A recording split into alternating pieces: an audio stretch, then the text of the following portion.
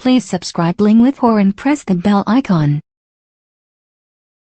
बिस्मिल्लाहिर्रहमानिर्रहीम। एक बादशाह महल की छत पर टहलने चला गया। टहलते टहलते इसकी नज़र महल के नज़दीक घर की छत पर पड़ी, जिस पर एक खूबसूरत औरत कपड़े सुखा रही थी। बादशाह ने अपनी एक बांदी को बुलाकर पूछा कि ये किसकी बीवी है। बांदी ने कहा कि बादशाह सलामत, ये आपके ग़ुलाम फ़िरोज़ की बीवी है। बादशाह नीचे उतरा तो बादशाह का दिल इस औरत के हुस्न और जमाल का सहर चाह गया था। इसने फ़िरोज़ को बुलाया। फ़िरोज़ हाजिर हुआ तो बादशाह ने कहा, फ़िरोज़, हमारा एक काम है। हमारा ये ख़त फ़लाँ मुल्क के बादशाह को दे आओ और इसका जवाब भी इनसे ले आना। फ़िरोज़ इस ख़त को लेकर घर वापस आ गया। ख़त को अपने तकिए के नीचे रखा, सफ़र का सामान तैयार किया, रात घर में गुजारी और सुबह मंजिल मकसूद पर रवाना हो गया। इस बात से लाइलम के बादशाह ने इसके साथ एक चाल चली है। इधर फ़िरोज़ जैसे ही नज़रों से ओझल हो गया तो बादशाह ने चुपके से फ़िरोज़ के घर पहुंचा और आहिस्ता से फ़िरोज़ के घर का दरवाज़ा खटखटाया। फ़िरोज़ की बीवी ने पूछा, कौन? बादशाह ने कहा, मैं बादशाह हूँ, तुम्हारे शोहर का मालिक। तो इसने दरवाज़ा खोला। बादशाह अंदर आकर बैठ गया। फ़िरोज़ की बीवी ने हैरान होकर पूछा, आज बादशाह सलामत हमारे यहाँ गरीब खाने में? बादशाह ने कहा, मैं यहाँ मेहमान बनकर आया हूँ। फ़िरोज़ की बीवी ने बादशाह का मतलब समझकर कहा कि मैं अल्लाह की पनाह चाहती हूँ आपके इस तरह आने से, जिससे मुझे कोई खैर नज़र नहीं आ रही। बादशाह ने गुस्से में कहा, ए लड़की, तुम क्या कह रही हो? शायद तुमने मुझे पहचाना नहीं कि मैं बादशाह हूँ, तुम्हारे शोहर का मालिक। फ़िरोज़ की बीवी ने कहा, बादशाह सलामत, मैं जानती हूँ कि आप बादशाह हैं, लेकिन बुज़ुर्ग कहते हैं शेर को अगर जितनी भी तेज़ भूख लगी हो लेकिन वो मुर्दार नहीं खाते। और कहा, बादशाह सलामत, तुम इस कटोरे में पानी पीने आ गए हो जिसमें तुम्हारे कुत्ते ने पानी पिया है। बादशाह इस औरत की बातों से बड़ा शर्मसार हुआ और इसको छोड़कर वापस चला गया, लेकिन अपने चप्पल वहीं पर भूल गया। ये सब तो बादशाह की तरफ से हुआ।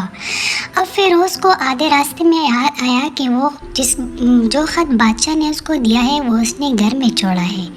वो वापस मुड़ा और अपने घर की तरफ लपका। फ़िरोज़ अपने घर पहुंचा तो तकिए के नीचे से ख़त निकालते वक्त इसकी नज़र पलंग के नीचे बादशाह की चप्पल पर पड़ी, जो जल्दी में वो भूल गया था। फ़िरोज़ का सर चकरा कर रह गया और वो समझ गया कि बादशाह ने इसको सफ़र पर जाने के लिए इसलिए भेजा था ताकि वो अपना मतलब पूरा कर सके। फ़िरोज़ किसी को कुछ बताए बगैर चुपचाप घर से निकला और ख़त लेकर चल पड़ा।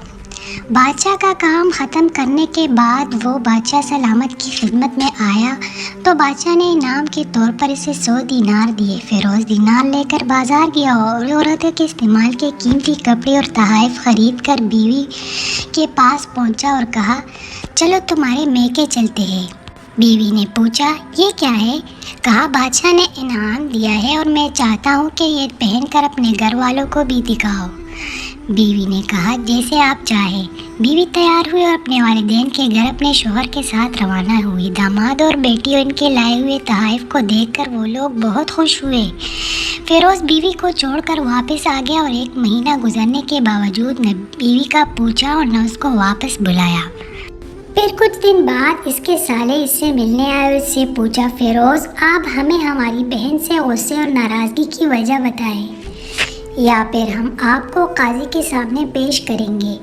फ़िरोज़ ने कहा, अगर तुम चाहो तो कर लो, लेकिन मेरे ज़िम्मे इसका ऐसा कोई हक़ बाकी नहीं जो मैंने अदा न किया हो। वो लोग अपना केस काजी के पास ले गए तो काजी ने फ़िरोज़ को बुलाया। काजी इस वक्त बादशाह के पास बैठा था। लड़की के भाइयों ने कहा, अल्लाह बादशाह सलामत और काजी को कायम दायम रखे। काजी साहिब, हमने एक सरसब्ज़ बाग, दरख्त फलों से भरे हुए और साथ में मीठे पानी का कुआं इस शख्स के हवाले में दिया तो इस शख्स ने हमारा बाग उजाड़ दिया, सारे फल खा लिए, दरख्त काट लिए और कुएं को ख़राब करके बंद कर दिया। काजी फ़िरोज़ की तरफ मुतवज्जा होकर पूछा, हाँ तो लड़के, तुमने क्या कहते हो इस बारे में? फ़िरोज़ ने कहा, काजी साहब, जो बाग मुझे दिया गया मैंने इनको बेहतर हालत में वापस कर दिया है। قاضی نے پوچھا کیا اس نے باغ تمہارے حوالے ویسے ہی حالت میں کیا جیسے پہلے تھا؟ انہوں نے کہا ہاں ویسے ہی واپس کیا ہے، لیکن ہم اس باغ واپس کرنے کی وجہ پوچھنا چاہتے ہیں۔ قاضی ہاں فیروز تم کیا کہنا چاہتے ہو اس بارے میں؟ فیروز نے کہا قاضی صاحب میں نے وہ باغ کسی نفرت اور بغض کی وجہ سے واپس نہیں کیا، بلکہ ایک دن میں باغ میں آیا تو میں نے شیر کے پنجوں کے نشان دیکھے تو مجھے خوف ہوا کہ شیر مجھے کھا جائے گا، اس لیے شیر کے اکرام کی وجہ سے میں نے باغ میں جانا بند کر دیا۔ بادشاہ جو ٹیک لگائے یہ سب کچھ سن رہا تھا اٹھ بیٹھ گیا اور کہا فیروز اپنے باغ کی طرف سے امن اور مطمئن ہو جاؤ اللہ، اس میں تمہاری کوئی شک نہیں، شیر تمہارے باغ میں آیا تھا لیکن وہاں پر نہ کوئی اثر چھوڑ سکا اور نہ پتہ توڑ سکا اور نہ ہی کوئی پل کھا سکا، وہاں پر تھوڑی دیر رہا اور مایوس ہو کر واپس لوٹ گیا۔ خدا کی قسم میں نے کبھی تمہارے جیسا باغ جس کے گرد مضبوط دیواریں نہیں دیکھی میں نے۔ تو فیروز اپنے گھر لوٹ آیا اور اپنی بیوی کو بھی واپس لے آیا، نہ قاضی کو پتہ چلا اور نہ کسی اور کو اس ماجرے کے بارے میں معلوم ہوا۔ بادشاہ اور فیروز نے کیا خوب طریقے سے اپنے گھر کے بید کو بید ہی رکھا اور کسی پر ظاہر نہ ہونے دیا۔ اپنے اہل و عیال کے راز کو چھپاؤ اور لوگوں کو پتہ نہ چلے، اپنے گھر کے بید کو کسی پر ظاہر نہ ہونے پائے۔ جی ناظرین، تو کیسی لگی ہماری آج کی سٹوری؟ کامنٹس میں اپنے رائے کا اظہار کریں۔ السلام علیکم۔